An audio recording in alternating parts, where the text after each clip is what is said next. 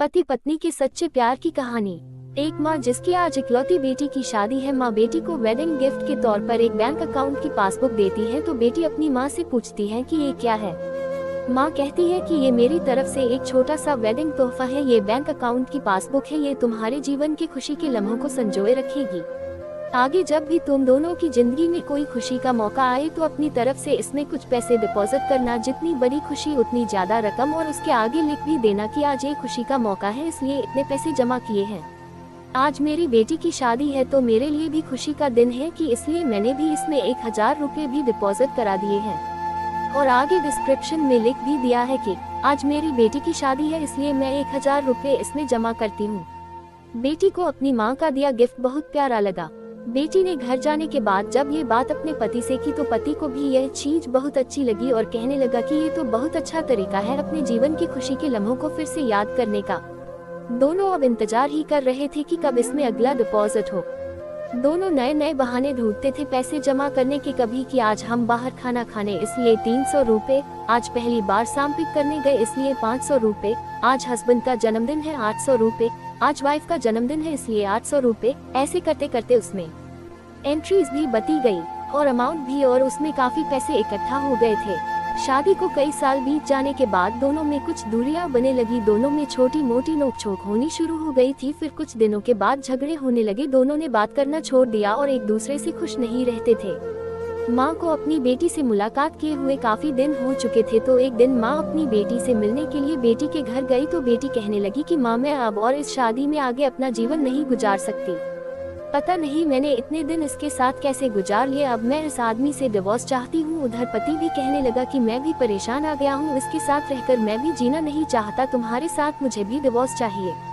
माँ ने कहा ठीक है तुम दोनों अलग हो जाना, लेकिन याद है मैंने तुम्हारी शादी के दिन तोहफे में एक पासबुक दी थी। बेटी पासबुक निकाल कर लाई तो उसने देखा कि उसमें बहुत पैसे जमा है। माँ ने कहा जब शादी इतनी ही बुरी थी तो पहले अपनी शादी से जुड़ी कोई याद भी अपने पास नहीं रखनी चाहिए, पहले इसमें जमा रकम को खर्च करना होगा फिर तुम डिवोर्स ले सकते हो। दोनों ने कहा ठीक है और अगले ही दिन बेटी पासबुक लेकर बैंक जाती है पैसे निकालने के लिए। बैंक में पैसे निकालने वालों की लाइन लगी थी तो बेटी भी लाइन में खड़ी हो गई। अब खड़े हुए काफी देर हो गई थी। बेटी ने खड़े खड़े ही पासबुक खोली और देखने लगी कि इसमें कब कब पैसे जमा किए थे। बेटी देखते ही देखते उसे पता ही नहीं चला कि कब उसकी आंखें भर आई अपने बीते लम्हों को याद करके जो उसने उसी पति के साथ बिताए थे जिसे वो आज डिवोर्स देने चली थी।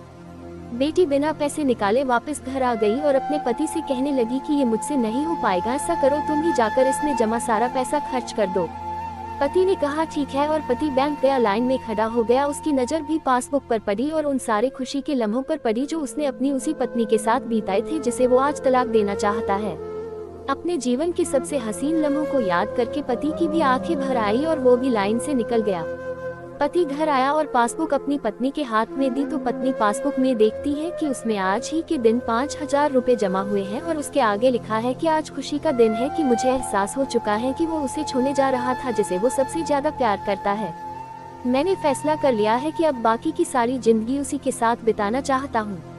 ये देखकर दोनों की आंखें भर आई और गले लगकर खूब रोए और प्रॉमिस किया कि अब वो कभी नहीं लड़ेंगे। ये कहानी उन सभी के लिए है जिनके रिश्तों के बीच में दूरियां आ गई है। वो पहले आपस में बहुत प्यार करते थे लेकिन अब वो एक दूसरे के साथ रहना पसंद नहीं करते। अगर आपके रिश्ते में भी थोड़ी बहुत दरारें आ गई हैं तो उन दरारों को भरने के लिए उन खुशी के लम्हों को याद करिए जो आपने एक दूसरे के साथ बिताए हैं। ये खुशी के पल आप दोनों में नई फीलिंग्स भर देंगे और आप दोनों के रिश्ते में नई जान आ जाएगी। इसलिए किसी भी रिश्ते को मजबूत बनाने के लिए अच्छे लम्हों को याद करना चाहिए, बुरे लम्हों को नहीं। आपको ये पति पत्नी के सच्चे प्यार की कहानी कैसी लगी हमें कमेंट करके जरूर बताएं। यदि कहानी अच्छी लगी हो तो इसे शेयर जरूर करें और ऐसी ही प्रेरणा से भरी कहानी को सबसे पहले इस चैनल पर पाने के लिए आप हमारे चैनल को सब्सक्राइब भी कर सकते हैं। धन्यवाद।